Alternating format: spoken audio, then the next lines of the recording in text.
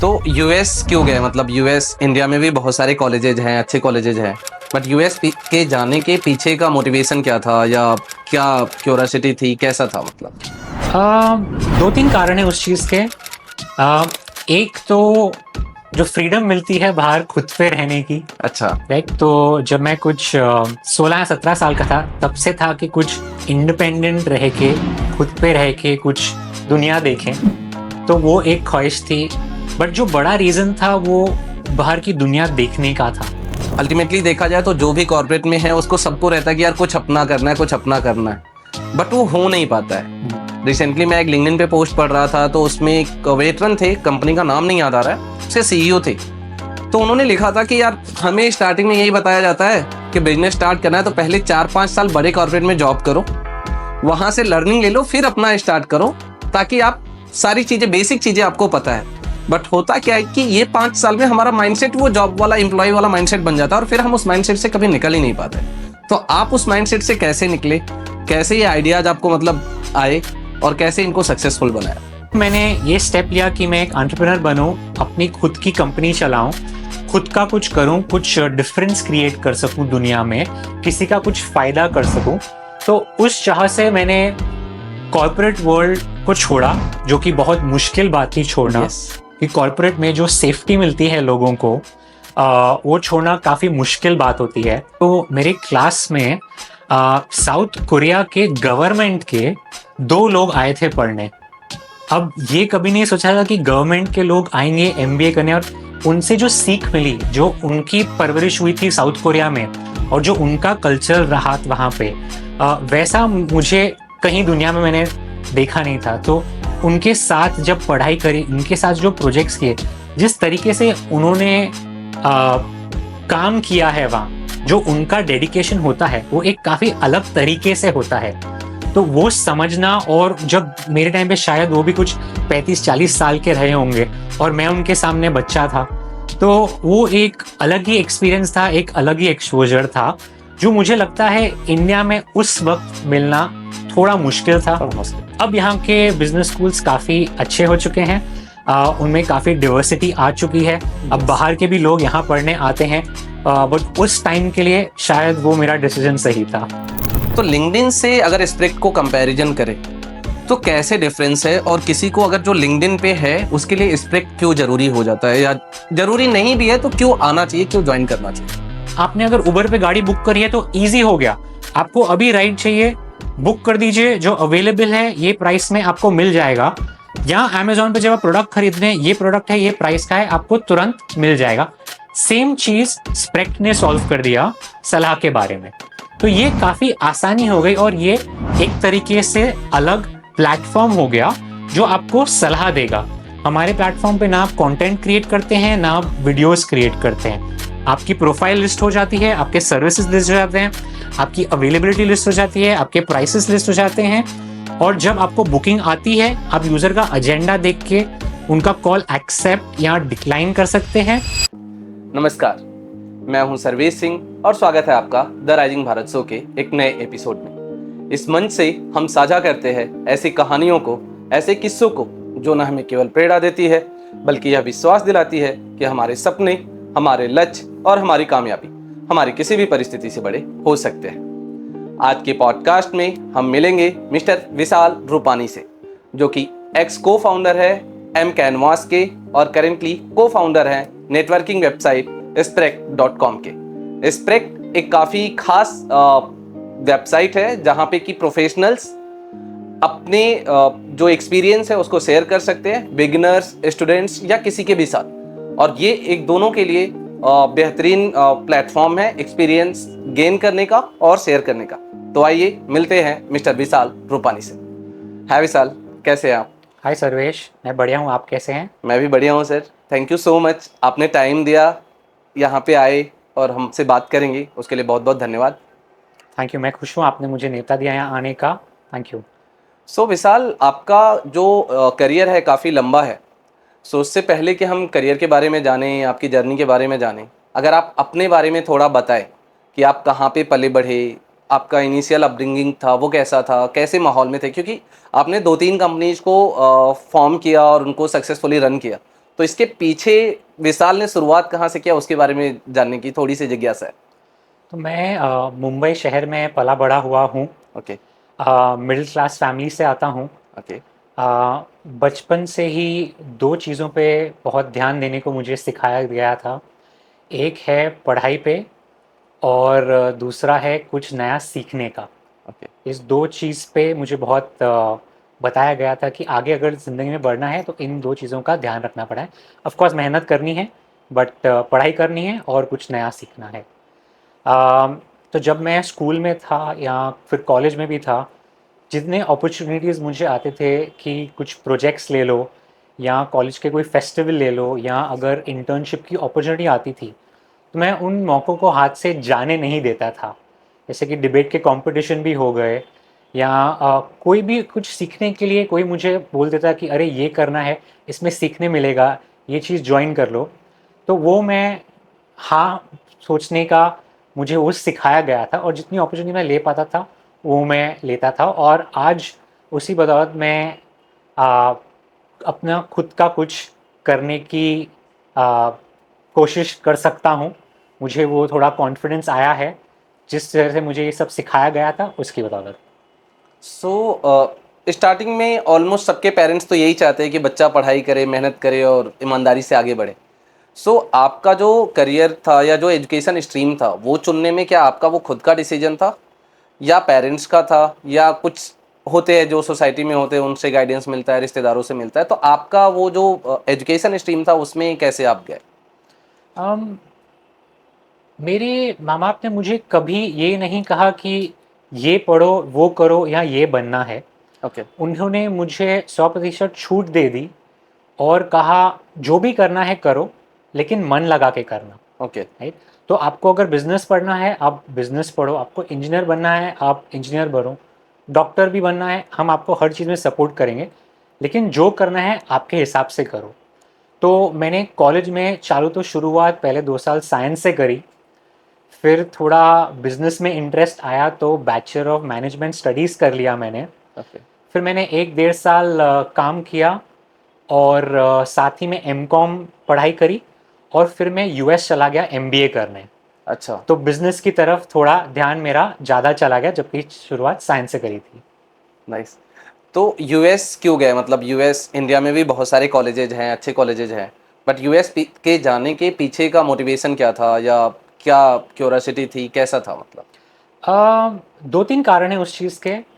अ, एक तो जो फ्रीडम मिलती है बाहर खुद पे रहने की। अच्छा। राइट? तो जब मैं कुछ 16 या 17 साल का था, तब से था कि कुछ इंडिपेंडेंट रह के, खुद पे रह के कुछ दुनिया देखें। तो वो एक ख्वाहिश थी। बट जो बड़ा रीज़न था वो बाहर की दुनिया देखने का था, कि वहाँ के लोग कैसे रहते हैं, कैसे हम दूसरे दुनिया वालों से घुल मिल के रह सकते हैं। क्योंकि जब मैं यहीं पे बॉर्न हुआ था बॉम्बे में, 20 साल तो यहीं निकाल दिए। फिर मैंने बोला अगर बाहर के लोगों के साथ पढ़ूंगा तो शायद कुछ अलग सीखने मिलेगा, कुछ अलग एक्सपीरियंसेस मिलेंगे, दूसरों का कल्चर देखने मिलेगा।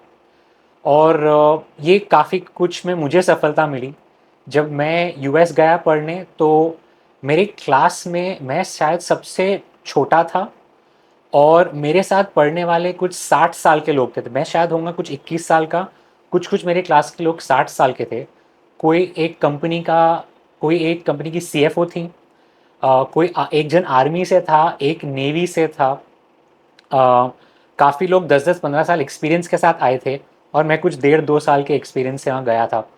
तो जो लाइफ में पर्सपेक्टिव मिलता है दूसरे लोगों के साथ रहने से, जो कि 2 साल मैंने वहाँ गुजारे, वो एक लाइफ का मेरे लिए बहुत बड़ा एक्सपीरियंस था। और यही एक्सपीरियंस लेने के लिए मैंने सोचा मैं यूएस जाके पढ़ाई करूँगा। एक तरीके से जो एक्सपोजर लेना था, डाइवर्स एक्सपोजर की, एज का डाइवर्सिटी है, कल्चरल डाइवर्सिटी है, क्योंकि अक्रॉस द वर्ल्ड के लोग आते हैं, पढ़ते हैं साथ में, तो वो मिला होगा आपको। एकदम सही कहा आपने। जैसे मैं आपको और एक उदाहरण दूँ तो मेरे क्लास में साउथ कोरिया के गवर्नमेंट के 2 लोग आए थे पढ़ने। अब ये कभी नहीं सोचा था कि गवर्नमेंट के लोग आएंगे एमबीए करने, और उनसे जो सीख मिली, जो उनकी परवरिश हुई थी साउथ कोरिया में और जो उनका कल्चर रहा वहाँ पे, वैसा मुझे कहीं दुनिया में मैंने देखा नहीं था। तो उनके साथ जब पढ़ाई करी, उनके साथ जो प्रोजेक्ट्स किए, जिस तरीके से उन्होंने आ, काम किया है वहाँ, जो उनका डेडिकेशन होता है वो एक काफ़ी अलग तरीके से होता है।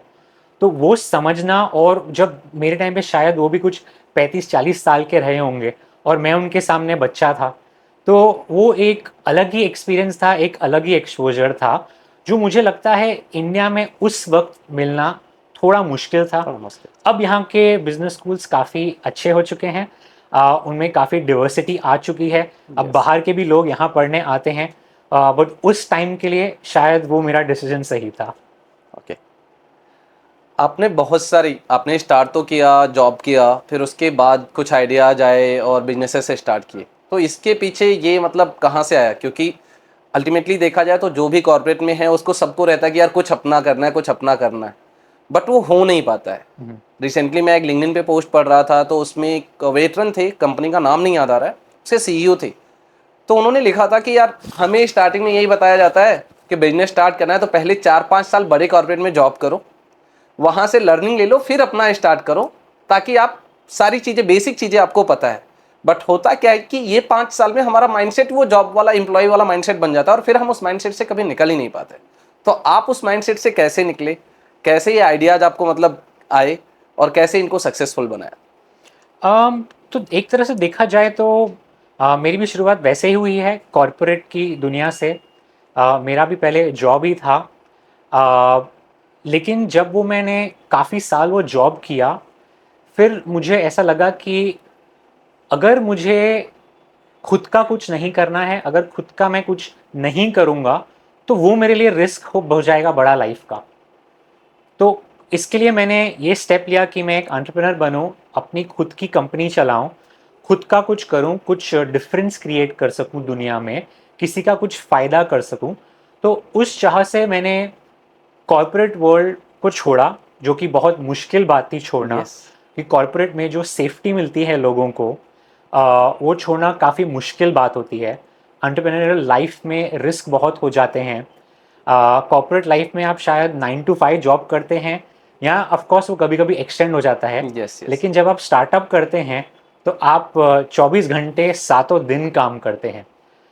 बट उसमें एक अलग ही मज़ा है, उसमें एक अलग ही एडवेंचर है। और क्योंकि जब मैंने पढ़ाई भी बिजनेस की करी थी, तो कहीं ना कहीं मुझे भी था कि मैं खुद का ही कुछ करूँगा, बट एक्सपीरियंस नहीं था। तो एक्सपीरियंस लेने के लिए मैंने भी वही जॉब किया, और यही मेरी भी रिकमेंडेशन रहेगी, अनलेस आप स्टीव जॉब्स या इलॉन मस्क जैसे हैं, आपको भी कुछ साल कॉर्पोरेट में काम करना चाहिए और फिर खुद का वेंचर करना चाहिए। यस। और वो स्टीव जॉब्स होना या एलन मस्क होना, वो पहले दिन कोई डिसाइड नहीं कर सकता कि मैं उतना सक्सेसफुल बनूंगा। तो बेटर है कि आप जॉब से जाओ या एक्सपीरियंस ले करके फिर जाओ। और जो दूसरा आपने बोला कि जब एम्प्लॉय रहते हो तो 9 to 5 का हसल रहता है, और जब एंटरप्रेन्योर बनते हो आप तो वो 24 घंटे सातों दिन का रहता है। तो उसी पे मुझे एक याद आया, मतलब जब एम्प्लॉय रहते हो तो आपके लिए दिन बड़ा लगता है, वीक बड़ा लगता है, और जब आप एंटरप्रेन्योर बन जाते हो तो मुझे लगता है कि वो दिन छोटा लगता है, हफ्ते छोटे लगते हैं, क्योंकि काम तो खत्म ही नहीं होता और अपना काम है तो आपको लगे रहना है। तो ये डिफरेंस तो आ जाता है। आपने पहली जो कंपनी स्टार्ट करी एम कैनवा से स्टार्ट किया, क्योंकि आप मार्केटिंग साइड से आ रहे थे, काफ़ी अच्छा एक्सपीरियंस है उधर आपका। तो ये एम कैनवास कहाँ से स्टार्ट किया, नाम कैसे डिसाइड हुआ, फिर कैसे वो कॉन्सेप्चुलाइज किया और फिर कैसे उसको आगे जाके इम्प्लीमेंट किया? तो मैं एक्चुअली जब मैंने कॉलेज से ग्रेजुएशन ख़त्म किया, एडवर्टाइजिंग में ही मेरा फर्स्ट जॉब था। तो वहाँ से मुझे एक्सपोजर मिला एडवर्टाइजिंग की दुनिया में। जब कॉलेज ख़त्म की तब ज़रा भी आइडिया नहीं था कि मैं क्या करूँगा। एक सीनियर ने बोला मैं इस कंपनी में हूँ, कुछ करना है, कुछ सीखना है तो आ जाओ। तब पता नहीं था कि वो एडवर्टाइजिंग होगा और एडवर्टाइजिंग में क्या होगा। तो शुरुआत मुझे काफ़ी रैंडम थी, बट अच्छी थी, राइट। अब जब मैं एडवर्टाइजिंग में घुस गया तो एडवर्टाइजिंग एक बहुत ही बड़ी इंडस्ट्री है। तो उसमें से मैंने प्रोडक्ट्स बनाने का काम चालू किया। मैंने प्रोडक्ट मैनेजमेंट के रोल में काफ़ी साल काम किया। अच्छा। प्रोडक्ट्स कैसे बनते हैं, क्यों बनते हैं, कैसे उनको अच्छा बनाया जाए, कैसे उनका कस्टमर्स को उनकी चाह बढ़े उनके लिए, प्रोडक्ट अच्छे कैसे बनते हैं, ये सब मैंने काफ़ी साल उसमें डाले। और मैंने काफ़ी एडवर्टाइजिंग प्रोडक्ट्स बनाए जिसको हम पीपीसी टेक्स्ट एड्स बोलते हैं या डिस्प्ले एड्स बोलते हैं, Yes. जो आपके लैपटॉप पे होते हैं, मोबाइल पे होते हैं। इनके मैंने काफ़ी प्रोडक्ट्स बनाए ताकि मैं एडवर्टाइजर्स को उनके दर्शकों के सामने ले जा सकूं, और जो पब्लिशर्स होते हैं जिनकी वेबसाइट्स होती हैं, उन्हें पैसे कमाने की ज़रूरत होती है, तो उनके एड्स में वेबसाइट्स पे पहुंचता था ताकि उन पब्लिशर्स की कमाई हो सके। तो इसको हम एडवर्टाइजिंग मार्केट प्लेस कहते हैं। उससे मेरी शुरुआत हुई थी। वो करते करते आई थिंक 2016 में आइडिया आया कि कुछ नया करते हैं। जैसे कि मोबाइल ऐड जब तब चलते थे वो काफ़ी बोरिंग हुआ करते थे। बोरिंग इसलिए क्योंकि आप कोई भी मोबाइल पे ऐड देखो, वो एक स्क्वायर शेप या रेक्टेंगल शेप के ऐड होते थे, उनमें कुछ एनिमेशन चल रहा होता है, कुछ मैसेजिंग आते हैं, और बस आपके सामने दिन के 100,000 एड्स आते जाते हैं, करेक्ट। और किसी को उन एड्स में मज़ा नहीं आता है। काफ़ी बार आप गलती से उन पे क्लिक कर देते हैं क्योंकि आप Yes. स्क्रॉल कर रहे थे, आपकी क्लिक हो गई।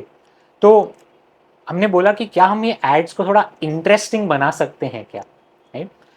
क्योंकि मैं एडवर्टाइजिंग में बिजनेस में ही था, तो मुझे ये समझ आ रहा था कि यूज़र्स को एड से क्या तकलीफ होती है। मुझे ये समझ आ रहा था कि एडवर्टाइजर्स को, जो ब्रांड्स होते हैं जो प्रोडक्ट्स बेचते हैं, उन्हें क्या चाहिए होता है। और मुझे पब्लिशर्स से उनकी तकलीफ़ें समझ आती थी कि उन्हें पैसे कमाने में कैसे तकलीफ होती है। तो हमने एम कैनवस प्रोडक्ट लॉन्च किया 2016 में, जहां हमने जो नया किया वो था कि हमने एड्स को इंटरैक्टिव बना दिया, एंगेजिंग बना दिया। मतलब जो आज की टिपिकल मतलब उस समय की जो टिपिकल बोरिंग एड्स हुआ करती थी, जो मैंने आपको डिस्क्राइब किया, उसके कंपैरिजन में उन एड्स को इंटरैक्टिव बनाया। मतलब लोगों को उनसे खेलने में मजा कराया, उन्हें एंगेज कराया। एक ऐड पे लोग जनरली 1 या 2 सेकंड रुकते हैं और निकल जाते हैं। Yes. जो एड्स हमने बनाई उन पे लोग 5, 10, 15 सेकंड, कभी आधा और 1 1 मिनट देते थे, क्योंकि हमने एड्स को ऐसा कर दिया ताकि वो लोगों को एड्स के बदले कुछ इंटरेस्टिंग स्टोरी ज़्यादा लगे, जिसे हम स्टोरी टेलिंग कहते हैं। Okay. हमने स्टोरी टेलिंग कर दी ऐड में। एक उदाहरण दूंगा, जैसे कि समझिए मेरे लिए रीबॉक कंपनी थी जो जूते अच्छे बनाती है। उनके लिए जब भी वो नया प्रोडक्ट लॉन्च करते थे, हम उनके लिए सादी ऐड के बदले एक इंटरैक्टिव ऐड बनाते थे। जैसे कि समझिए आपने आपकी फेवरेट वेबसाइट आप देख रहे हैं और उसमें आपको एक ऐड आ गई रीबॉक की। आपने बोला मुझे ऐड में दिलचस्पी है, मुझे थोड़ा और देखना है। आपने वो ऐड को क्लिक किया। अब उस ऐड में हम क्या करते थे, हम लोगों को बोलते थे कि आप 10 कदम चलिए और हम आपको रीबॉक के नए शू के बारे में कुछ बताएंगे। जब आप जैसे ही आपने 2 कदम लिए, लाइक रियल में आप उठे, आप चले, तो फ़ोन में जो सेंसर्स होते हैं हमने उनको एक्टिवेट कर दिया, जिससे हम एक्सेलेरोमीटर और गायरोस्कोप बोलते हैं। तो हमने वो सेंसर से देख लिया कि आपने 2 कदम लिए, तो हमने शू का आपको थोड़ा सा पार्ट दिखा दिया। आपने और 4 कदम ले लिए, हमने आपको थोड़ा सा और जूता दिखा दिया। आपने 10 कदम ले लिए, फिर हमने आपको पूरा जूता दिखा दिया, उसकी वीडियो दिखा दी आपको। आपको पूछा आप मेल हैं या फीमेल हैं, जो आपने चूज़ किया उसके आगे आपको इस नए जूते के जो वेराइटीज़ हैं, जो न्यू पैटर्न्स हैं, वो आपको दिखा दिया। सारे प्रोडक्ट के बेनिफिट्स दिखा दिए, आपको उसके वीडियोस दिखा दिए, और आपको उसको खरीदने के तरीके सब एक ऐड में डाल दिया, राइट। तो अब क्या हो गया, जो एवरेज ऐड जैसे मैंने पहले बताया था लोग 2 सेकंड दिखते थे, अब लोग आधा मिनट और 1 मिनट उस ऐड में दिलचस्पी लेके उसे खेलते रहते हैं। होता क्या है ब्रांड के लिए इससे, कि जब अभी मैं कल तो शायद जूता न लूं, लेकिन जब मैं हम महीने बाद 3 महीने बाद जब जूता लूंगा, मुझे पहले ब्रांड कौन सा याद आएगा? Obviously Reebok. क्यों? क्योंकि मैंने उसके ऐड के साथ खेला, कुछ टाइम डाला उसके, वो ऐड से मुझे खेलने में मज़ा आया। तो ऑब्वियस सी बात है वो जूता, वो ब्रांड का रिकॉल पहले होगा, तो उस जूते की तरफ मैं जाऊंगा। तो इसी हिसाब से हमने नई नई चीज़ें करने की कोशिश की ऐड में। लोगों को जंप करा दिया, लोगों से हवा में गोले बना दिए, लोगों के साथ ऑगमेंटेड रियलिटी, वर्चुअल रियलिटी कर लिया, लोगों को ऐड से बात करा दी। तो इस तरीके के नए नए एड्स हमने बनाए जो एक तरह से ग्राउंड ब्रेकिंग थे उस टाइम के लिए, और एडवर्टाइजर्स को इस चीज़ में मज़ा आया, यूजर्स को मज़ा आया और हमें इसमें एक अच्छा मार्केट मिल गया। इंटरेस्टिंग है, काफ़ी इंटरेस्टिंग है। मतलब अगर आप देखो नॉर्मली तो एक तरीके से पैसिव एक्टिविटी का पार्ट होता है, जब अगर हम कोई भी ऐड देख रहे हैं कि देखा, स्क्रॉल किया, आगे बढ़ गए। बट आप यहाँ पे एक तरीके से यूजर का भी, जो कंज्यूमर है उस ऐड का, उससे भी एफर्ट आपने डलवाया कि नहीं आप उठ रहे हो, आप वॉक कर रहे हो, या आप जो आपने बोला कि सर्कल बना रहे हो। तो that was really interesting. But obvious है आपको एक्सेप्टेंस मिला होगा, और मैंने जो पढ़ा उसमें था कि आपने 500 ब्रांड्स के साथ भी काम किया है। सो सबसे जो इंटरेस्टिंग पार्ट था इस जर्नी का, एम कैनवास का, वो क्या था? मतलब सबसे फुलफिलिंग जो होता है ना, एक मोमेंट की बनाया, एक्सेप्टेंस मिल गया, कहीं से ऐसा कोई अवार्ड या रिवॉर्ड या कहीं से ऐसा फीडबैक आया हो जो आपको इंस्पायर, एक फुलफिलिंग वाला मोमेंट दिया हो कि yes we have done the right things. I think मेरे लिए सबसे बड़ा फुलफिलिंग मोमेंट एम कैनवस चालू करने के कुछ 2 साल बाद आया। जब हमने प्रोडक्ट चालू किया था तो मैं इंडिया की सबसे बड़ी एडवर्टाइजिंग एजेंसी के पास गया, ऑफ कोर्स अपना प्रोडक्ट बेचने गया। और क्योंकि वो सबसे बड़ी एडवर्टाइजिंग एजेंसी थी, ऑफ कोर्स उनके पास बजट सबसे ज़्यादा होते, तो अगर धंधा वहाँ से आ जाए तो बिजनेस अच्छा चल जाता है। तो जब मैं उनके पास गया, उन्होंने मेरा प्रोडक्ट देखा, समझा, तो उन्होंने मुझे एक बात कही जिससे बहुत निराशा हुई। उन्होंने मुझे कहा कि आपका प्रोडक्ट दिखने में तो अच्छा है बट इंडियन मार्केट के हिसाब से मुझे नहीं लगता है आप इसको ज़्यादा चला पाएंगे। हमने ऐसे कुछ कंपनियां आई हैं जो पहले देखी हैं मार्केट में, कुछ टाइम रहीं और निकल गई। हमें नहीं लगता है आप 2 साल से ज़्यादा टिक पाएंगे। तो जब ये मैंने सुना सबसे बड़ी एड एजेंसी से, तो निराशा तो काफ़ी ज़्यादा हुई। लेकिन क्योंकि मार्केट को काफ़ी बार पता नहीं होता है कि उन्हें क्या प्रोडक्ट चाहिए या उनकी लाइफ इससे कैसे चेंज हो सकती है, और हमने जो बनाया था हमें उसमें बहुत वैल्यू दिखी, फिर भी हमने सोचा हम इसमें और टाइम डालेंगे और ट्रायल करेंगे। 2 साल आगे क्या हुआ, वही एजेंसी हमारी सबसे बड़ी क्लाइंट बनी। और खाली वही नहीं, उस एजेंसी को देखते देख जो नेक्स्ट 5 टॉप एजेंसीज थी इंडिया की, उन सब के साथ हमारा बिजनेस चला और काफ़ी बड़ा।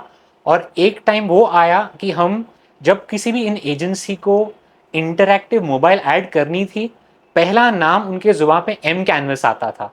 तो ये मेरे लिए एक काफ़ी अलग फीलिंग थी, अचीवमेंट की, जिसने हमें बोला कि हम आपके साथ आप 2 साल टिकोगे नहीं। वो हमारे लिए सबसे बड़े क्लाइंट बन गए और हम उनके काफ़ी अच्छे पार्टनर बन गए।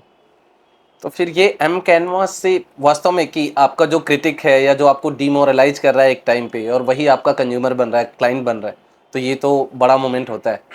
सो फिर एम कैनवास से आपको एग्जिट का कैसे हुआ? मतलब वहाँ से निकल करके और स्प्रेक्ट वाला जो जर्नी स्टार्ट हुआ, तो अगर उसके बारे में बताएं। आई थिंक एक बार 2020 में जब मैं मेरी टीम के साथ बैठा था और हम डिस्कस कर रहे थे कि और क्या करना चाहिए, बट ये आया कैसे, एक टीम मेंबर ने मुझे बोला कि हमने इसमें अंदाज़ा 5-6 साल कर दिए, सारी एजेंसीज हमें रिकग्नाइज करती हैं, जब उन्हें कुछ नया इंटरेक्टिव चाहिए रहता है वो हमारे पास आते हैं। तो एक तरफ से इस इंडस्ट्री के जो प्रॉब्लम्स थे, जिसको जो एक्सीडेंटल क्लिक बोलते हैं हम, या जिसमें स्टोरी टेलिंग बहुत बेकार होती थी पहले, या जो एड स्क्रॉल करके लोग देख के आगे बढ़ जाते थे, जिसे बैनर ब्लाइंडनेस बोलते हैं, कि मैंने 1 सेकंड देखा आगे बढ़ गया, मुझे एड स्किप कैसे करना है मुझे आता है। हमने ये प्रॉब्लम सॉल्व कर दी है, अब क्या? तो जब मेरे टीम मेंबर ने मुझे ये बोला, तब मुझे हुआ कि हमने एक बड़ा प्रॉब्लम सॉल्व कर दिया, तो अब कुछ नया करते हैं। तो वो चाह आ गई और फिर मैंने सोचा एक नया कुछ प्रॉब्लम सॉल्व करते हैं, और फिर स्प्रेक्ट की शुरुआत हुई वहाँ से। स्प्रेक्ट काफ़ी इंटरेस्टिंग है। मतलब मैं तो बार बार ऐसे बोलूँगा, मैं अपने आप को पॉडकास्ट से पहले ही ऐसे प्रिपेयर कर रहा था कि मुझे ये लाइन तो बोलनी है कि ये स्पॉन्सर्ड पॉडकास्ट नहीं है, बट हाँ बहुत ही इम्पॉर्टेंट है सबके लिए। क्योंकि मैं वो जानता हूँ नेटवर्किंग का जो इम्पोर्टेंट है। मेरे करियर में मैंने जो भी छोटी मोटी सफलताएं हासिल की है वो नेटवर्किंग की वजह से है। चाहे वो मेरे कॉलेज के जब मेरे बैचमेट्स थे या सीनियर्स थे, या लिंक्डइन। मैं ये बोलता था कि लिंक्डइन, आज भी बोलता हूँ कि लिंक्डइन ही मेरी रोजी रोटी है। मैं फेसबुक पे नहीं जाता हूँ, इंस्टाग्राम पे नहीं जाता हूँ, बट मैं लिंक्डइन पे दिन भर रहता हूँ। बट जब से मैंने स्प्रेक्ट को देखा, स्प्रेक्ट को जाना कि नहीं स्प्रेक्ट करके प्लेटफॉर्म है, अब मैं लोगों को बताता हूँ कि नहीं भाई स्प्रेक्ट पे तो जुड़ जाओ। वो सबके लिए है बेसिकली। लिंक्डइन का अपना एक एडवांटेज है, बट स्प्रेक्ट का अपना एक एडवांटेज है। तो रैदर देन मैं वो लोगों को बताऊं, आप बताइए कि ये सोचा कहाँ से प्रॉब्लम। बट ऑब्वियस है कि हर इनोवेशन के पीछे, हर शुरुआत के पीछे एक समस्या होती है। तो अगर आप उसको शुरू से बताएं एंड फिर हम डिटेल में बात करें स्प्रेक्ट के बारे में। अब इस आइडिया का क्रेडिट मैं दूंगा मेरे को फाउंडर पार्टनर मोहित को। जब हमने स्प्रेक्ट की शुरुआत की उसके काफ़ी पहले मोहित और मैं एक दूसरे को जानते थे। और जब उन्हें पता चला कि मैंने मेरी लास्ट कंपनी से मेरा रोल ख़त्म कर दिया है, तो उन्होंने बोला क्या आप कुछ साथ में करना चाहेंगे मेरे साथ। और उन्होंने एक मेंटोरशिप प्लेटफॉर्म का आइडिया सोचा था, कुछ एक बेसिक प्रोटोटाइप उन्होंने बनाया था। अच्छा। तो हमने 6 महीने सिर्फ उस बारे में डिस्कशन किया कि इस आइडिया में दम है, क्या इसे बड़ा बनाया जा सकता है, क्या मेंटोर मेंटी प्लेटफॉर्म की दुनिया को ज़रूरत है। हमने 6 महीने सिर्फ ब्रेनस्टॉर्मिंग करी। ब्रेनस्टॉर्मिंग करते करते हमें इतने प्रॉब्लम्स मिले दुनिया में जो खुद मोहित और मैंने फेस किए थे। जैसे कि हमें जब किसी की एडवाइस या सलाह की ज़रूरत होती है, वो हमें बहुत मुश्किल से मिलती थी। खास करके अगर वो इंसान के साथ हमारी डायरेक्ट पहचान ना हो, हमारा कनेक्शन ना हो, हमारा उनके साथ नेटवर्क ना हो, या हमें उनके साथ कोई रेफरल ना कर पाए, तो उन लोगों तक पहुंचने में तकलीफ होती थी। हम क्या करते थे, करेक्ट, उनका ईमेल ढूंढ के शायद एक ईमेल डाल दो, किसी से फ़ोन नंबर पूछ के फ़ोन नंबर घुमा के एक मैसेज डालने की कोशिश कर दो, या लिंक्डइन पे मैसेज भेज दो। हम ये सब तरीके करते थे, लेकिन वो करते करते हमें ये पता चलता है कि आप 100 मैसेज भेजते हो, शायद एक का जवाब आता है। ट्रू है। तो ये तकलीफ काफ़ी थी उस आदमी से या उस औरत से सलाह लेने में, करेक्ट, क्योंकि हमने जो मैसेज भेजे उनका शायद जवाब ना आए। तो ये प्रॉब्लम हमने बोला कि हम इसको मेंटोर मेंटी प्लेटफॉर्म के बदले थोड़ा और बड़ा सोचते हैं, जो दुनिया भर में चल जाए और इतना आसान बना दे कि किसी को अगर 10 मिनट की ज़रूरत हो या 1 घंटे की सलाह की, हम वो उन्हें अवेलेबल कर दें। ना कि सिर्फ जिसको हर हफ्ते 2 घंटे की ज़रूरत हो, जो कि मेंटोर मेंटी रिलेशनशिप बोलते हैं हम उसे। यस। तो हम छोटा लो इन्वॉल्वमेंट ईजी प्रोडक्ट कैसे बनाएं। तो ये सोचते सोचते हमने सिर्फ 6 महीने डिस्कशंस किए। फिर हमने काफ़ी मार्केट रिसर्च किया और हमने देखा कि ये जो ज़रूरत है दूसरों से सलाह लेने की, ये दुनिया भर की ज़रूरत है।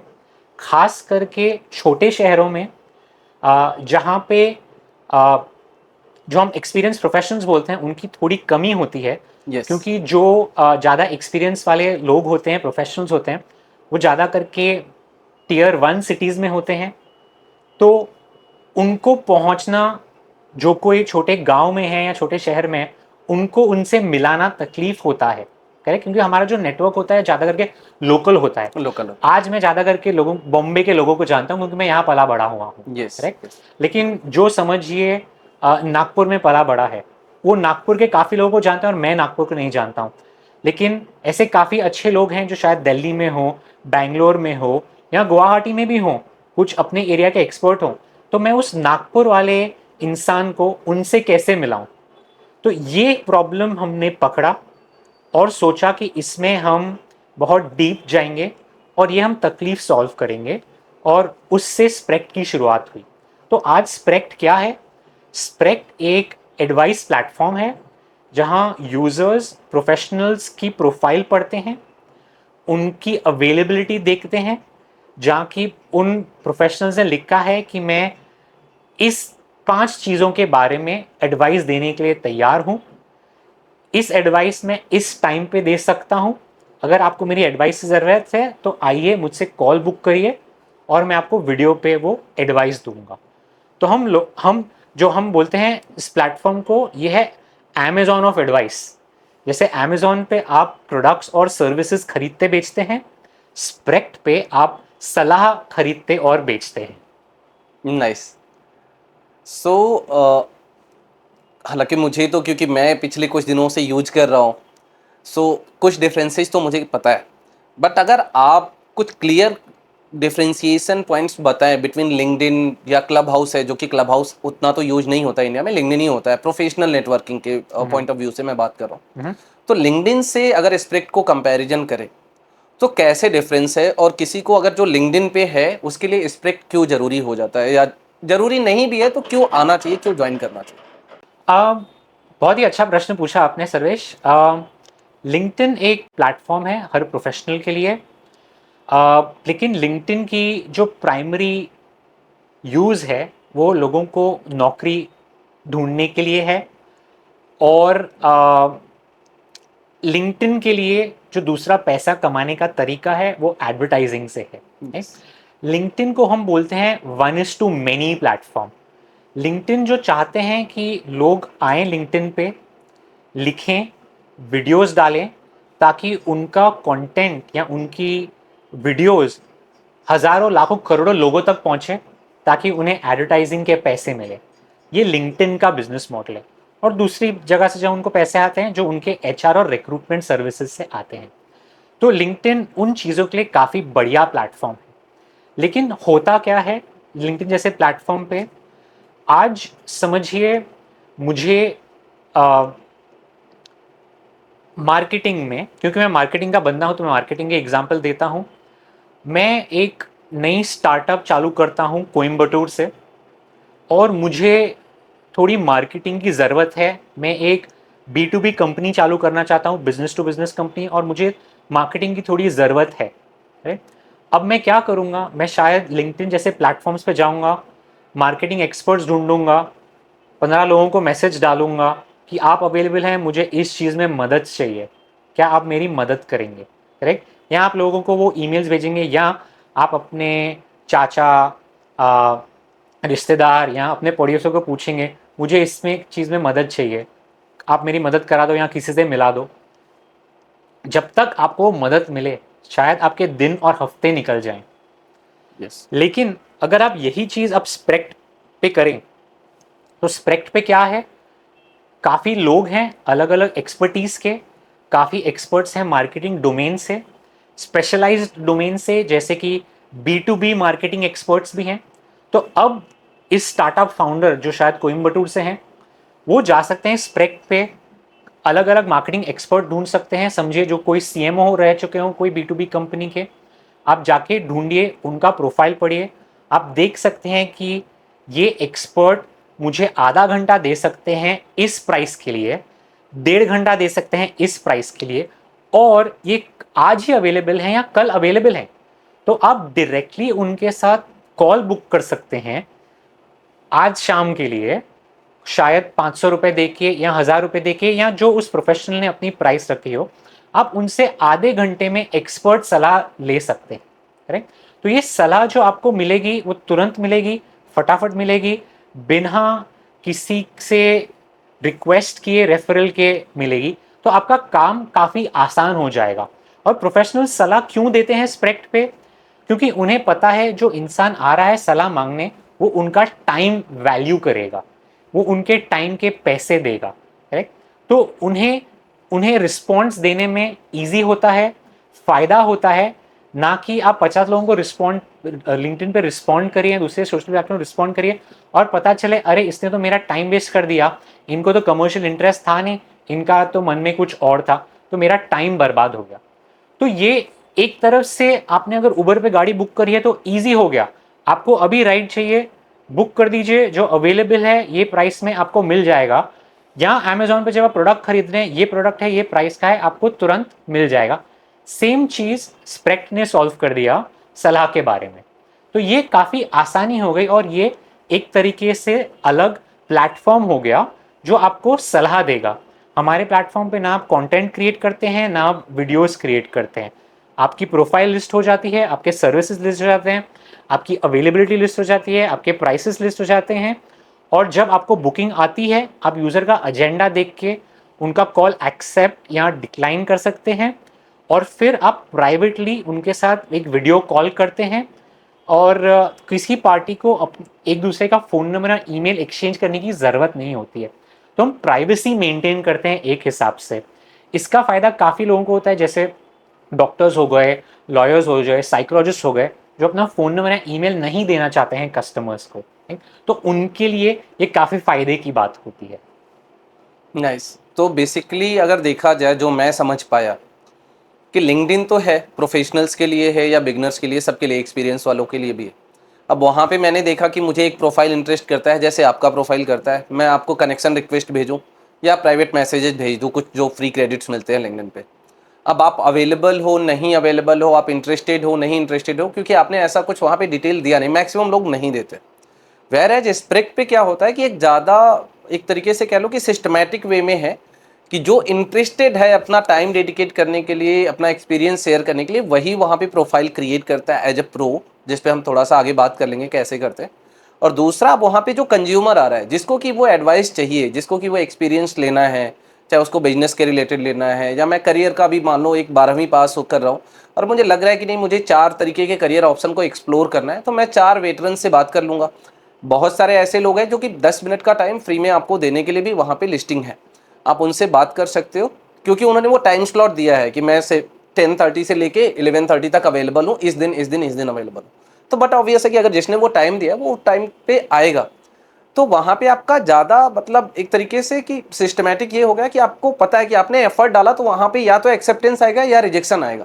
वेयर एज कोल्ड कॉल या कोल्ड मैसेज या कोल्ड ईमेल्स में क्या होता है कि आपने भेज तो दिया, अब सामने से कब रिस्पॉन्स आएगा यू नेवर नो।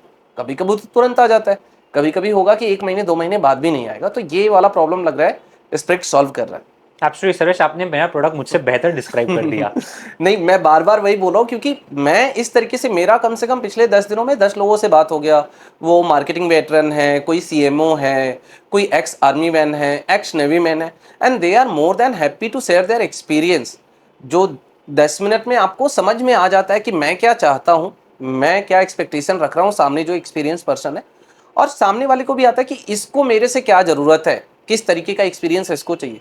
अगर वो मैच होता है तो डेफिनेटली फिर वो टाइम वैल्यू वाली बात आ जाती है कि क्या मैं वो चार्ज पे करके और फिर मैं वो एडवाइस लेना चाहता हूँ, एक कंस्ट्रक्टिव मोड में जाना चाहता हूँ, जहाँ पे कि मैं वीकली कनेक्ट कर सकता हूँ, मंथली बेसिस पे कनेक्ट कर सकता हूँ। तो इट्स रियली हेल्पिंग, और मुझे लगता है कि सबको वहाँ पे आना चाहिए। मोर देन प्रोफेशनल्स को तो मिल जाते हैं, जैसे जो 2 साल 3 साल वाला हो गया लिंक्डइन यूज कर रहा है, तो वहाँ पे रिस्पॉन्सेज भी आ जाते हैं, लोग देखते हैं कि अच्छा इसका भी है, मेरे काम आ सकता है, समथिंग लाइक दैट। बट जो बिगिनर है, जो एमबीए पास आउट हो रहा है, जो कॉलेज में है या जो इंटरमीडिएट में कर रहा है, जिसको करियर अपॉर्चुनिटीज को एक्सप्लोर करना है, अब उसको कोई रिस्पॉन्ड ही नहीं करता। वो तो एमबीए कर रहा है, यार ये जॉब के लिए तो बोलेगा, इंटर्नशिप के लिए तो बोलेगा, मैं क्यों एक्सेप्ट करूँ। वेरेज कि वो तो एक्सप्लोर करना चाहता था कि मैं इस फील्ड में आ जाऊँ क्या, ये कंपनी अच्छी है क्या, आपका क्या कहना है। तो वहाँ पे वो इग्नोर हो जाता है। वो मेरा रियल एक्सपीरियंस है कि जब मैं आज के 5-7 साल पहले भेजता था कनेक्शन रिक्वेस्ट, नहीं एक्सेप्ट होते थे। आज मैं भेजता हूँ, एक्सेप्ट हो जाते हैं और लोग रिस्पॉन्ड भी कर देते हैं। तो वो सब पे लागू होता है। बट जो स्कूल गोइंग या कॉलेज गोइंग या एमबीए वाले लोग हैं, उनके लिए तो स्प्रेक्ट एक वरदान है, जहाँ पे कि वो सीनियर वेटरन्स और सारे फील्ड के हैं, सीएक्सी है, आर्मी मैन और सब है, तो सबसे बात करके और करियर अपॉर्चुनिटीज को एक्सप्लोर करके डिसाइड कर सकते हैं। सुरेश, मैं आपको और एक खास बात बताता हूँ स्प्रेक्ट की। अब तक जो हमने बात करी वो थी कि यूज़र को एडवाइस कैसे मिले, करेक्ट।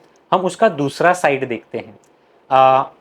लिंक्डइन पे आज जो कोई भी रजिस्टर होता है, जनरली वो अपने प्रोफेशनल करियर ग्रोथ के लिए रजिस्टर होता है, करेक्ट। वो यस। अपनी प्रोफाइल उसके लिए क्रिएट करता है। लेकिन हमारे प्लेटफॉर्म पे काफ़ी रिटायर्ड प्रोफेशनल्स भी हैं। यस। जैसे कि एग्जांपल्स दूंगा, हमारे पास ex principal income tax commission of India है प्लेटफॉर्म पे, ex Navi Mumbai police commissioner है प्लेटफॉर्म पे। अब ये दोनों रिटायर्ड हैं। ये दोनों आपको जनरली सोशल मीडिया पे कहीं नहीं मिलेंगे। अब इन लोग प्लेटफॉर्म पे क्यों हैं? ज़रूरी नहीं है वो प्लेट कमाने के लिए हैं, करेक्ट।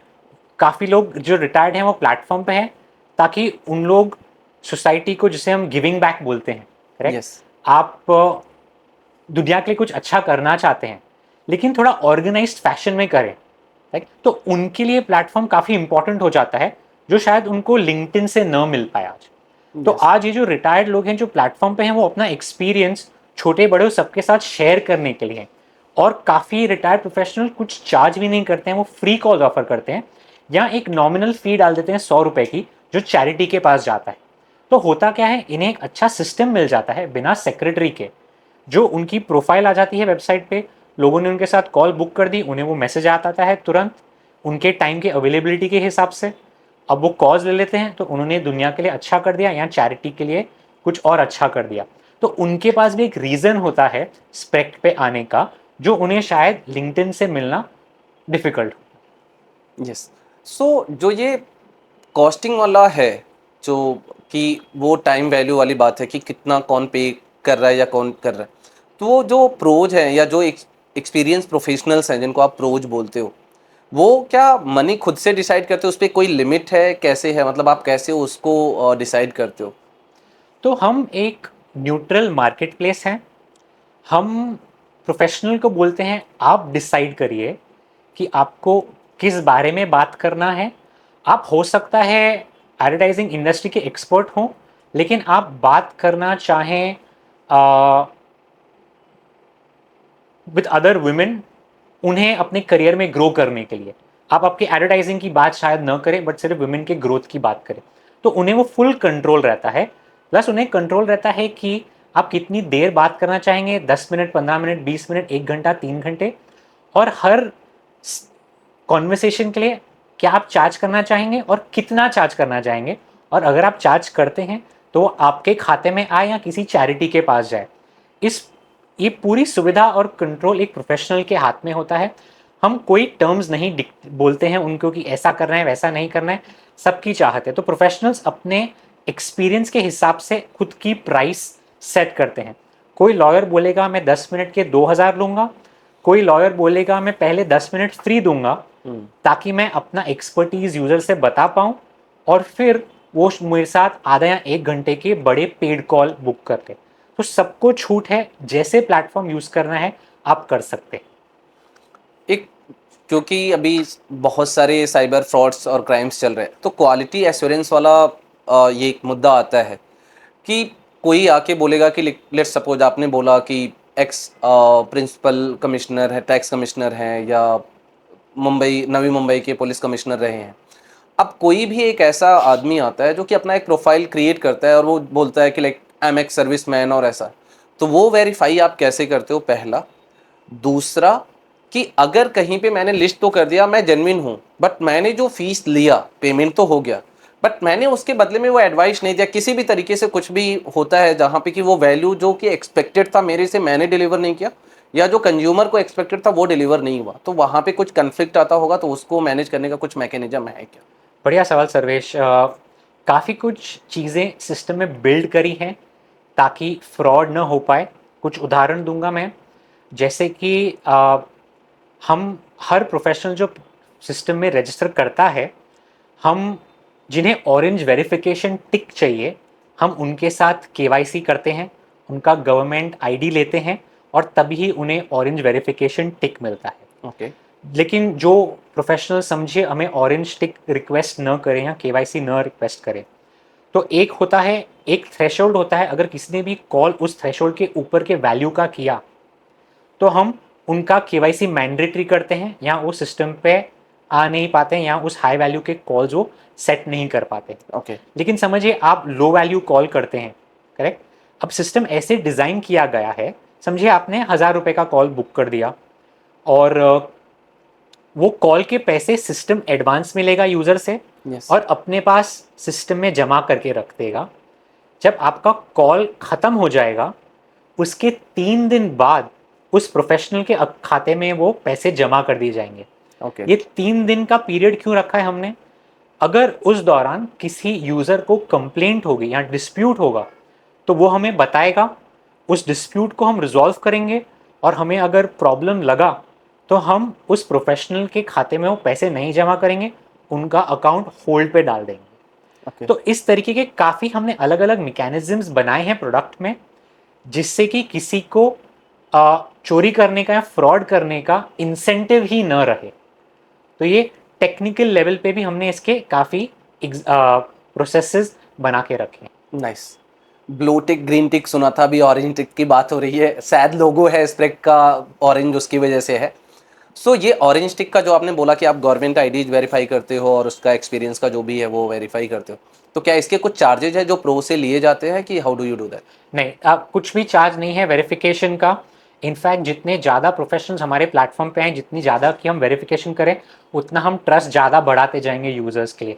हम वेरिफिकेशन का कुछ भी चार्ज नहीं लेते हैं। सो विशाल, क्योंकि आपने बीच में रेवेन्यू मॉडल का बात किया था लिंक्डइन के कि उनका जो यूजीसी कंटेंट आता है वहाँ से या एचआर एंड रिक्रूटमेंट के सर्विसेज के थ्रू आता है, तो स्प्रेक का रेवेन्यू मॉडल क्या होने वाला है?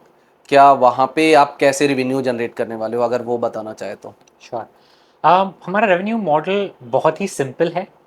हम 5% कमीशन लेते हैं सक्सेसफुल पेड कॉल्स।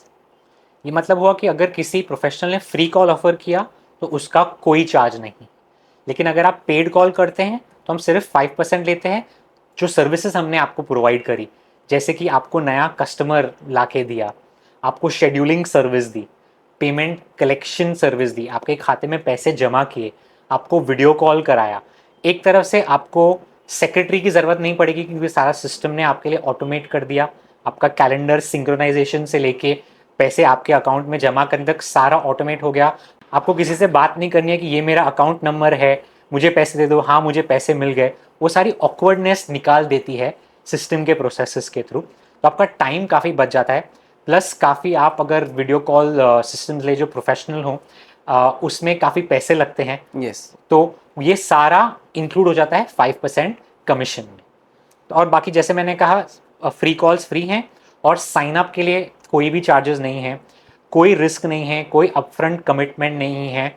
आप चाहें तो सिस्टम को आधा घंटा दें महीने में या 24 घंटे दें दिन के, पूरा आप पे है। किसी तरह की पाबंदी नहीं है, कोई कमिटमेंट नहीं है। आप अगर सिर्फ सैटरडेज़ को फ्री हों तो आप सिर्फ सैटरडेज़ दें। आपको अगर आपके कॉल्स सिर्फ ट्रैवल करते वक्त करने हो, आप वो टाइम शेड्यूल करके उस हिसाब से करिए, आपके कन्वीनियंट के हिसाब से करिए। कभी लास्ट मिनट कॉन्फ्लिक्ट भी आ जाता है, जैसे कि आपको लास्ट मिनट कॉल कैंसिल करना पड़ा तो सिस्टम से आप सब रीशेड्यूल कर सकते हैं।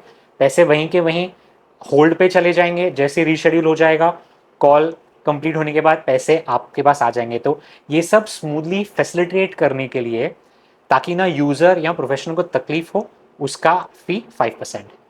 ओके। क्या एप्लीकेशन भी लाने का प्लान है? अभी तक तो वेबसाइट है, तो क्या स्प्रेक का एप्लीकेशन भी लाने का प्लान है आपका? अगले कुछ महीनों में हमें उसकी ज़रूरत नहीं लगती है। ओके। क्योंकि प्लेटफॉर्म काफ़ी सिंपल है। इन द सेंस यूज़र्स को किसी से कॉल बुक करने की ज़रूरत है तो वो बुकिंग वेबसाइट से आसानी से हो जाती है। और जो वीडियो कॉल भी है वो कोई भी वेब ब्राउज़र पे हो सकता है, चाहे आप क्रोम में हो, आप सफारी यूज़ करें, फायरफॉक्स यूज़ करें, बिना कुछ डाउनलोड किए सब आसानी से चल जाता है। तो फ़िलहाल हमें ऐप की ज़रूरत नहीं लगती है क्योंकि ऐप बनाना ही एक बड़ा प्रोजेक्ट होता है। ऐप को डिस्ट्रीब्यूट करना, ऐप को मार्केट, ऐप को मेंटेन करना। और अब तक का जो हमें फीडबैक मिला है कस्टमर्स से वो काफ़ी पॉजिटिव रहा है क्योंकि उन्हें चाहिए एक चीज़ सिंपल हो जाए। करेक्ट। Yes. तो आज उनके लिए जब कॉल बुकिंग आती है तो उनको व्हाट्सएप पे नोटिफिकेशन आता है कि आपको ये नई कॉल बुकिंग आई है, आपको लेना है या नहीं लेना है। आप वहीं से उसको एक्सेप्ट कर सकते हो या रिजेक्ट कर सकते हो। Yes. अगर लेना है तो आपको कॉल बुकिंग लिंक भी व्हाट्सएप पे आ जाएगी। आप वो लिंक क्लिक कर दोगे, आपका हमारे प्लेटफॉर्म पे वीडियो चालू हो जाएगा, वहीं पे ज्वाइन हो जाएगा। सब आसान कर दिया गया है। तो ऐप की एक तरफ से तो ज़रूरत नहीं है, बट जैसे जैसे हम बढ़ते जाएंगे या हम अगर नेटिव फीचर्स इंटीग्रेट करने की ज़रूरत पड़ेगी तो शायद हम ऐप क्रिएट करेंगे। ओके। सो मैं अभी तक के जितने भी नेटवर्किंग प्लेटफॉर्म यूज किया हूँ, मैं फिर भी यही बोलूँगा फिर से कि one of the best platform जहाँ पे आपको आपके टाइम का वैल्यू मिलता है। चाहे आप अब वहाँ पे किसी से बात करने चाह रहे हो पे करके, क्योंकि बाकी प्लेटफॉर्म्स क्या होता है कि हम जाते हैं 1 घंटे 2 घंटे कब खर्च हो जाता है, चाहे फेसबुक हो, इंस्टा हो, लिंक्डइन हो, हमें पता नहीं चलता है क्योंकि पर्पजली तो जाते नहीं है। We just go and scroll things. कभी कभी होता है कि चलो इस आदमी को खोज के कर लेते हैं, बट स्प्रेक पे क्या है कि आप एजेंडा डिसाइड करिए कि मुझे आज एक मार्केटिंग वेटरन से बात करना है, मुझे आज एक एक्स आर्मी वेटरन से बात करना है, एक्स आर्मी पर्सन से बात करना है, या किसी से भी बात करना है। जो मैं बोल रहा था, मैं फिर से वही बोलना चाहूँगा कि ये स्पॉन्सर्ड पॉडकास्ट नहीं है, but one of the best networking platform जितना मैंने यूज किया है, पर्पस ड्रिवन है। अगर मुझे कुछ नॉलेज चाहिए तो मैं स्प्रेक पे जाता हूँ, उनके वेबसाइट पे जाता हूँ, गेस्ट का जो लिस्ट है उनको एक्सप्लोर करता हूँ, उनके साथ अपने टाइमिंग को मैच करते हुए मैं वो कॉल बुक करता हूँ। कॉल के रिमाइंडर्स टाइम पे आ जाते हैं कि ये एक्सेप्टेड हो गया है, ये टाइम हो गया है, आप ज्वाइन कर सकते हो। आप मोबाइल पे हो, मोबाइल से भी ज्वाइन कर सकते हो, कहीं भी कोई भी डिफ़िकल्टी नहीं है। वो मतलब हम लोग बोलते हैं, प्रोफेशनल में बोलते हैं कि यार टीम्स बहुत नेटवर्क लेता है, जूम पे बहुत सारा डेटा लेता है, फिर वो ज्वाइन करने देता है। जी मीट सबसे अच्छा है, बट जो स्प्रेक का वीडियो कॉल का इंटरफेस है या जो एक्सपीरियंस है वो जी मीट से भी 4 गुना बेहतर है, कम से कम 4 गुना है। मैं 10 गुना नहीं बोल रहा हूँ, हो सकता है ज़्यादा हो जाए, बट उतना स्मूथ है। तो आप पर्पज डिसाइड करो, आप जाके गेस्ट को ढूंढो, कॉल बुक करो और आप बात कर सकते हो। अननेसेसरी टाइम स्पेंडिंग इस वाले नेटवर्किंग प्लेटफॉर्म पे नहीं है। जो कि बहुत ही मतलब तारीफ के काबिल है। मैं बार बार यही सोचता हूँ कि हमारे जीवन में बहुत सारे ऐप्स हैं, जब मैं जाता हूँ कब 1 घंटे खत्म हो जाते हैं मुझे नहीं पता चलता है। मैं क्या खोजने गया था मैं यही भूल जाता हूँ। बट यहाँ पे है कि मुझे पता है मुझे क्या खोजना है, और उसके अलावा मेरे पास कुछ रीजन ही नहीं है मैं स्प्रेक पे टाइम क्यों स्पेंड करूँ। या तो मैं लोगों की प्रोफाइल देखूँ, या तो मैं उनसे बात करूँ, या तो मैं वापस आ जाऊँ। That's it. No social show off कि मेरा प्रमोशन हो गया, मैंने यहाँ ज्वाइन कर लिया, मैं यहाँ घूम रहा हूँ, वहाँ घूम रहा हूँ। तो इसके लिए मुझे स्प्रेक तो बहुत अच्छा लगा। जो आपका एक ये था कि आपने बना तो दिया, प्लेटफॉर्म अच्छा है, फ्रॉड भी कंट्रोल में है, रेवेन्यू मॉडल भी बताया। कोई रियल टाइम अभी तक का एक्सपीरियंस, काफ़ी छोटा जर्नी है, बट ऐसा कोई एक्सपीरियंस जहाँ पे आपको लगा हो कि मेरा पर्पज सॉल्व होता हुआ दिख रहा है, कोई एक ऐसी स्टोरी अगर आप बताएं जहाँ पे दोनों तरफ से फीडबैक आया हो। दो शॉर्ट स्टोरीज शेयर करूंगा। एक कंप्लीट हो चुकी है और एक इन प्रोसेस है ऑलमोस्ट। एक है जो हमारे प्लेटफॉर्म पे काफ़ी इन्वेस्टर्स हैं और काफ़ी स्टार्टअप फाउंडर्स आते हैं जो इन इन्वेस्टर्स के साथ कॉल बुक करते हैं और उन्हें अपना आइडिया पिच करते हैं। ओके। तो एक इन्वेस्टर से मुझे काफ़ी अच्छा फीडबैक आया है कि उनकी एक स्टार्टअप की डिस्कवरी हुई है स्प्रेक के थ्रू, काफ़ी एडवांस स्टेजेस में उनकी बात चल रही है। अब तक तो सक्सेस उसको पूरी तरह नहीं कह पाऊंगा, बट हाँ ये कह पाऊंगा कि इन्वेस्टर्स खुश हैं, क्योंकि अभी उनके लिए भी क्या हो रहा है, जब कोई उनके साथ कॉल बुक कर रहा है वो उनके पास एजेंडा डाल रहा है, बता रहा है मैं ये हूँ, ये मेरा प्रोडक्ट है, यस। मुझे 10 मिनट मिल रहा है पिच करने के लिए, और इन्वेस्टर के कन्वीनियंस के हिसाब से वो मिल रहा है, करेक्ट। तो अब इन्वेस्टर के साथ बैक एंड फोर्थ नहीं है, ईमेल पे आया, लंबा एजेंडा आया, कब अवेलेबल हो, नहीं मिलोगे, इस टाइम पे हो, कैसे मिलेंगे, कौन सा मिलेंगे। तो इन्वेस्टर के लिए टाइम एकदम ही बच गया। तो उनका जब हमने टाइम बचाया उन्हें ये अच्छा लगा। तो अब कुछ कुछ इन्वेस्टर्स हैं जो हर फ्राइडे के 2 घंटे हमारे प्लेटफॉर्म पे एक्सक्लूसिवली अवेलेबल रहते हैं कॉल्स के लिए। तो ये एक डेवलपिंग स्टोरी है मैं कहूँगा। दूसरा एक स्टूडेंट का केस शेयर करूँगा। एक स्टूडेंट को करियर गाइडेंस चाहिए थी कि वो आगे क्या पढ़ें।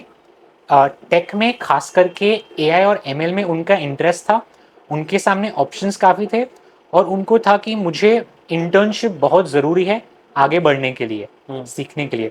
तो मुझे गाइडेंस मिले कि कौन से फील्ड में स्पेशलाइज करूं, ऑप्शंस इवैल्यूएट करूं और इंटर्नशिप मिले। आज वो स्टूडेंट ने कोर्स करेक्ट पिक किया है, ये उनका फीडबैक है कि उनको जो चॉइस मिला गाइडेंस के हिसाब से उनको सही मिला, और आज उनकी इंटर्नशिप चालू हो चुकी है। अरे वाह। तो उनके हिसाब से ये एक्सपर्ट को मिलना जो AR ML के एक्सपर्ट हैं वो एक डिफ़िकल्ट चीज़ था। उन्हें कोई फटाफट मिल गया, उन्हें सही एडवाइस मिली, एडवाइस से उनका जो कोर्स उन्होंने सिलेक्ट किया वो उनके लिए, उनको उसमें मज़ा आ रहा है, और आगे चल के उनको उसमें इंटर्नशिप भी मिल गई उनके फील्ड में वो एडवाइस फॉलो करते करते। तो मेरे हिसाब से उनकी लाइफ थोड़ी सी बदली है यस। आज की तारीख में।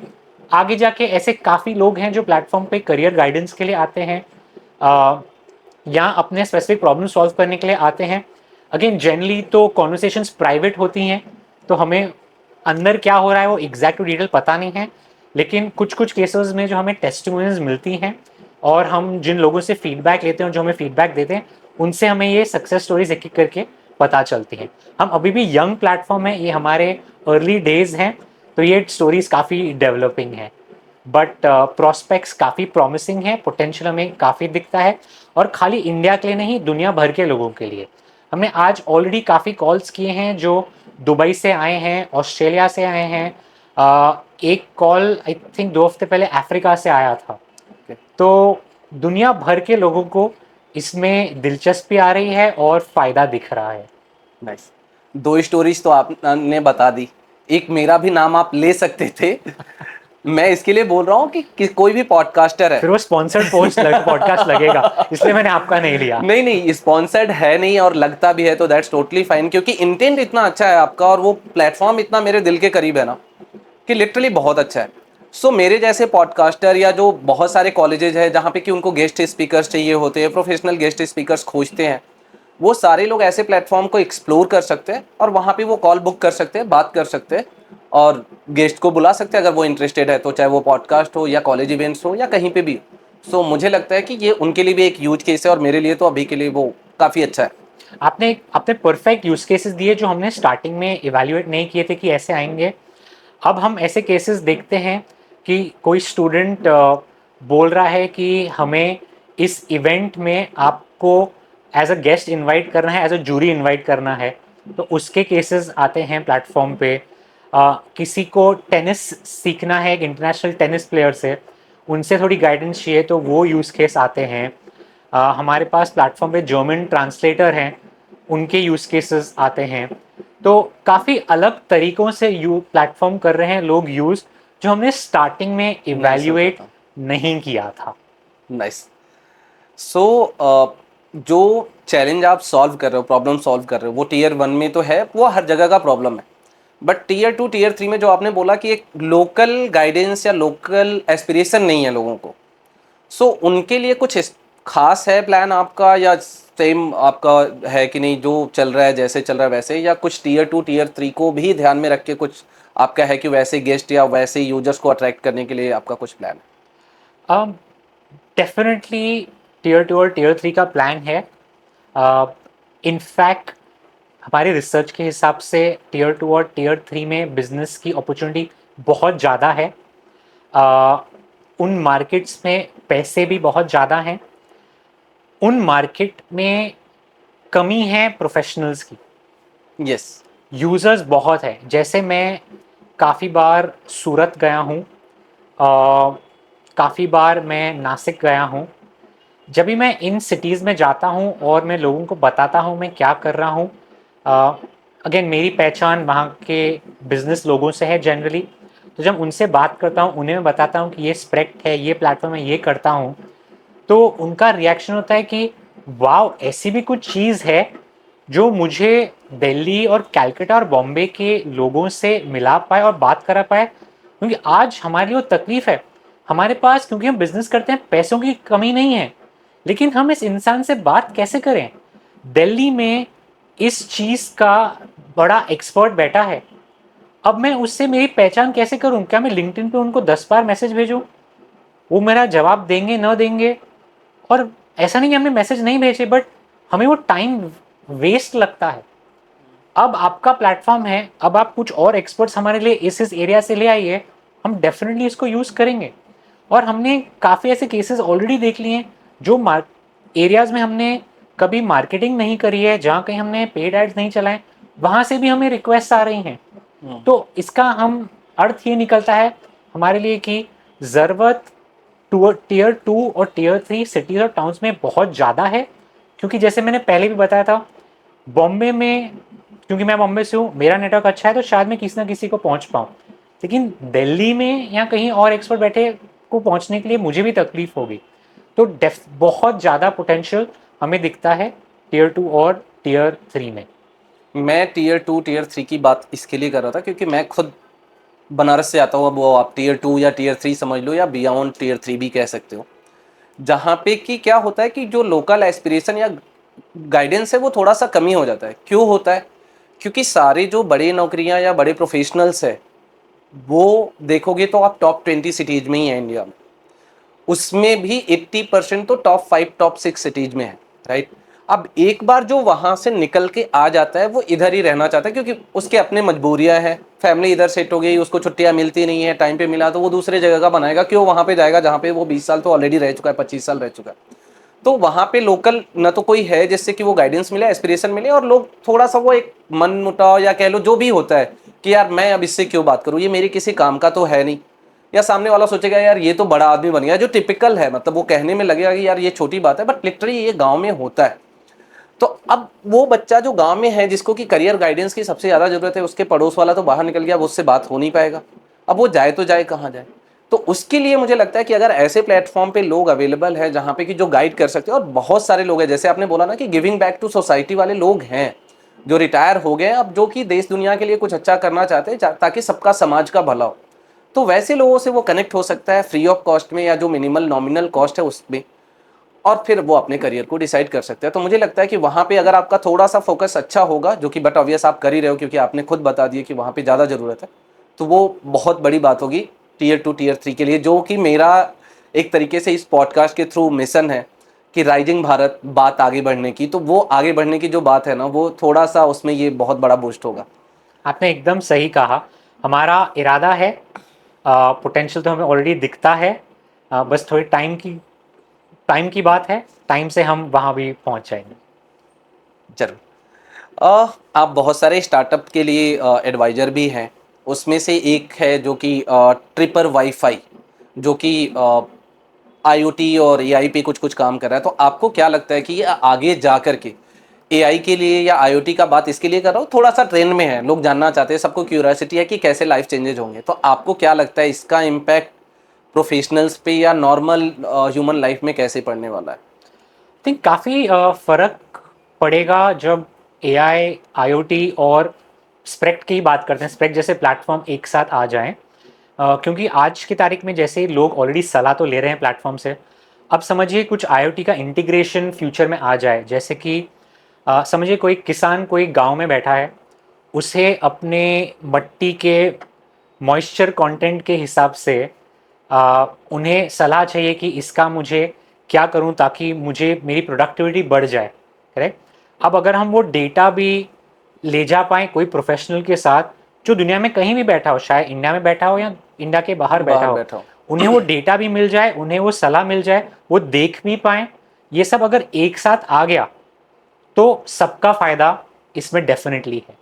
तो ऐसे काफ़ी यूज़ केसेस आ जाएंगे, जैसे कि इंटीग्रेशन अगर स्मार्ट ग्लासेस के साथ भी हो गया, तो मैं जो देख रहा हूँ अगर कुछ डिज़ाइन लेवल चीज़ है, करेक्ट, वो चश्मे से देख के प्लस वीडियो कॉल से देख के अगर वो सारा डेटा पहुँच जाए किसी प्रोफेशनल तक, तो आपको वो बेटर डिसीजन दे पाए, बेटर सजेशन दे पाए, बेटर सलाह दे पाए, राइट। तो ये सब आगे चल के अपॉर्चुनिटीज़ बहुत सारी हैं इस फील्ड में मेरे हिसाब से। नाइस।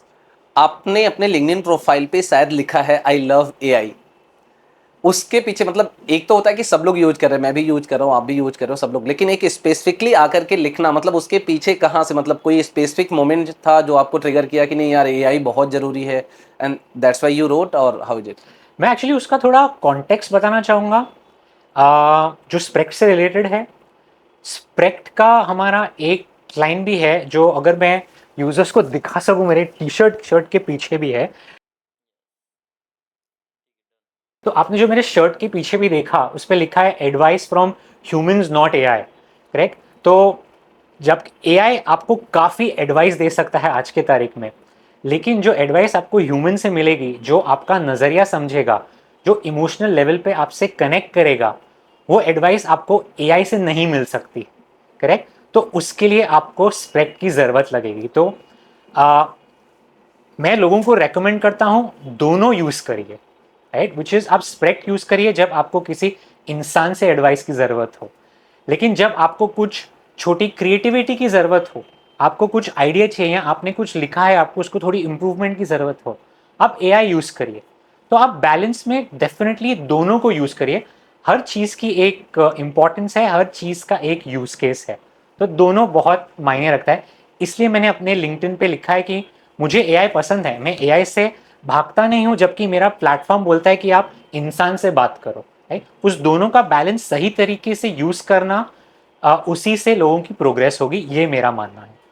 नाइस, इंटरेस्टिंग है। मतलब एक तरफ है कि एआई से है प्यार तो है, लगाव तो है, क्योंकि ज़रूरी है आज के ज़माने में। जो आपने बोला कि वो आपने कोई ड्राफ्ट लिखा है उसको इम्प्रोवाइज करना है या कुछ सलाह लेना है छोटे मोटे, वो आप ले सकते हो, बट साथ में वो ह्यूमन टच का जहाँ पे ज़रूरत है वो तो आपको मैंडेटरी लगेगा ही लगेगा, क्योंकि वो अंडरस्टैंडिंग जो ह्यूमन दे सकता है वो एआई डायरेक्टली नहीं दे सकता। एटलीस्ट आज की तारीख में तो नहीं दे नहीं दे सकता, और सकता। काफी सालों के लिए शायद न दे पाए। नहीं, मैंने एक कन्वर्सेशन रिसेंटली, बहुत पुराना पॉडकास्ट है जो रोगन के साथ नवल रविकांत का है, मैं काफ़ी नवल रविकांत को पढ़ता हूँ, काफ़ी प्रैक्टिकल एडवाइसेज रहते हैं उनके। तो उसमें उन्होंने बोला कि एटलीस्ट अगले 2-3 दशक या लाइफ टाइम भी हो सकता है जो हम जैसे लोगों का है, उसमें AI can not replace human. There are certain things जहाँ पे कर सकता है, बट जो ब्रेन सेल्स हैं हमारे, जो उसके अंदर के न्यूरॉन्स हैं, वो कैसे ऑपरेट करता है, वहाँ तक एआई को पहुँचने में अभी बहुत टाइम लगेगा। तो जनरेटिव एआई एटलीस्ट ह्यूमन को रिप्लेस करे ऐसा भी नियर फ्यूचर में तो नहीं दिख रहा है। That's what the sentence was in that बहुत पॉडकास्ट। सही कहा है। सो ये था। आपने 2-3 ये कंपनीज को फॉर्म किया है, सक्सेसफुली रन किया है, एम कैनवास हो गया, स्प्रेक्ट हो गया। तो अगर कोई यंग एंटरप्रेन्योर है जिसके दिमाग में कोई आइडिया आता है, उसको लगता है कि ये आइडिया चल तो सकता है, बट उसको वो चलाने का एक्सपीरियंस नहीं है, एग्जीक्यूशन का एक्सपीरियंस नहीं है, तो उसके लिए आपका क्या मैसेज होगा? थिंक अगर किसी फाउंडर के पास एक्सपीरियंस नहीं है कुछ चीज़ चलाने का, तो सबसे पहले चीज़ उन्हें करनी चाहिए अपना आइडिया वैलिडेट करना, मतलब प्रॉब्लम वैलिडेट करना। आइडिया के भी पहले एक्चुअली कहा जाए तो जो आप समझ रहे हैं वो प्रॉब्लम सही में प्रॉब्लम है, क्या वो आपके लिए प्रॉब्लम है या दुनिया के लिए। तो आपको प्रॉब्लम वैलिडेट करना है।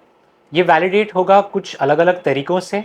बेसिक रिसर्च से वैलिडेट हो सकता है। आप रियल यूजर्स को जाके पूछिए, उन्हें डिस्क्राइब करिए आपका जो प्रॉब्लम है क्या वो सही में प्रॉब्लम है। और ये ध्यान में रखिए, काफ़ी बार लोगों को पता नहीं होता है कि किस चीज़ में प्रॉब्लम है। आप उनको शायद बोल दें, हैं आपके वो फ्रेंड या रिश्तेदार हो, वो आपसे हाँ में हाँ मिला के बोल देंगे कि हाँ ये प्रॉब्लम है। तो उससे थोड़ा समझ के रहिए, आपका थोड़ा रिसर्च करिए और उन लोगों के साथ करिए जो आपके रिश्तेदार या फ्रेंड्स ना हो। ये एक चीज़ है। और दूसरा, उन लोगों से बात करिए जो उस फील्ड में रह चुके हों और थोड़े कॉम्प्लीमेंट्री फील्ड में भी हो, जो आपको एक अलग पर्सपेक्टिव दे पाए। राइट। अगर मैं उसका एग्जाम्पल दूं तो आप समझिए, फार्मिंग में कुछ करना चाहते हैं, खेती बाड़ी में कुछ करना चाहते हैं, आपने कुछ नया टेक बनाया है जो फार्मर को हेल्प करे। ऑफकोर्स आप किसान से बात करिए, लेकिन साथों साथ आप ऐसा भी सोचिए आप कोई क्लाइमेट एक्सपर्ट के साथ बात करिए, क्योंकि जो प्रॉब्लम आप कर रहे हैं शायद वो नेक्स्ट 3 साल के लिए सॉल्व हो जाए, लेकिन आगे चल के क्लाइमेट पे उससे कुछ बड़ी तकलीफ आ जाए और आपका प्रोडक्ट शायद उससे न चले। तो आपके एरिया वालों से भी बात करिए और जो थोड़े उनसे कॉम्प्लीमेंट्री हैं उनसे भी बात करिए, ताकि आपको नया नया पर्सपेक्टिव मिलेगा उस बारे में। तो आपको आपका आइडिया वैलिडेट करना है किसी एक्सपर्ट ओपिनियन के साथ। ये मेरी फर्स्ट रिकमेंडेशन रहेगी यंग स्टार्टअप फाउंडर्स के साथ जिन्हें एक्सपीरियंस ना हो।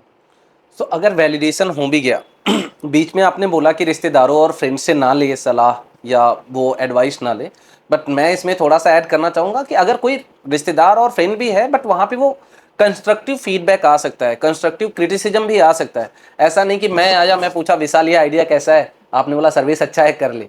अगर ऐसा कोई है तो उससे तो आप 100% दूर रहो। बट ऐसा कोई है कि अरे यार सर्विस ये सोच रहा है, ये तो ठीक है, बट इसमें ये 3 प्रॉब्लम भी आएंगी, क्या इसके बारे में सोचा है, क्या एक बार ये रिसर्च करके आ जा, फिर बात करते हैं।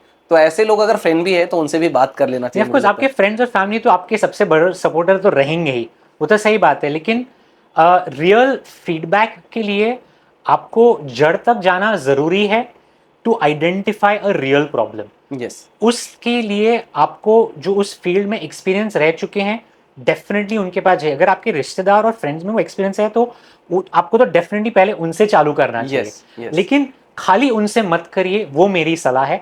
आगे बढ़ के जो आपको नहीं जानते हो उनसे भी सलाह लीजिए, ताकि यस। आपको एक अनबायस्ड फीडबैक मिल जाए। फीडबैक मिल जाए। ट्रू है।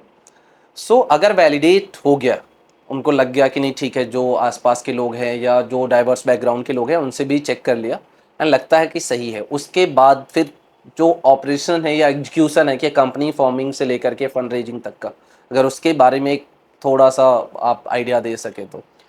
um, उनके लिए मेरी सलाह रहेगी कि आप अकेले स्टार्टअप न करें, अनलेस आपको लगता है आप स्टीव जॉब्स या इलॉन मस्क हैं फिर से। एक या दो टीम मेंबर्स के साथ करें, क्योंकि दूसरे पर्सपेक्टिव्स भी बहुत इम्पॉर्टेंट होते हैं। काफ़ी बार आपके अगर खुद के ओपिनियन बहुत स्ट्रांग होंगे तो आप एक ही दिशा में आगे बढ़ते जाएंगे, ईगो शायद आपके आगे आ जाएगा और आपको लगेगा नहीं दुनिया गलत है, मैं सही हूँ। लेकिन और एक टीम मेंबर या और एक को फाउंडर होने से एक रियलिटी चेक आ जाता है, ताकि आप गलत डायरेक्शन में जाएं उसके पहले कोई आपके साथ है जो आपको एक अलग पर्सपेक्टिव शेयर करे, अपना एक्सपीरियंस शेयर कर पाए। तो वो आई थिंक बहुत इम्पॉर्टेंट है। दूसरी चीज़, आज की तारीख में अगर आप किसी ऐसे वेंचर में जा रहे हैं जहां आपके पास ऑलरेडी नॉलेज शायद कम हो, चांसेस है आप फंड रेज के लिए भी जाएं, आपको इन्वेस्टर की ज़रूरत पड़े। मोस्ट अधिक में अधिक इन्वेस्टर्स आज उन स्टार्टअप्स में इन्वेस्ट नहीं करते हैं जहां एक सोलो फाउंडर होता है। कम से कम दो फाउंडर होता है तो उन्हें फंडिंग के चांसेस बढ़ जाते हैं। ओके। तो वो आपको एक सीरियसली सोचना है उस बारे में। ये एक पार्ट है। और दूसरी सलाह जो दूंगा वो है कि आप आपका जो भी आइडिया हो उसका एक बेसिक MVP बनाएं, जिसे हम मिनिमल वायबल प्रोडक्ट बोलते हैं, और उसका मार्केट से फीडबैक फिर लीजिए।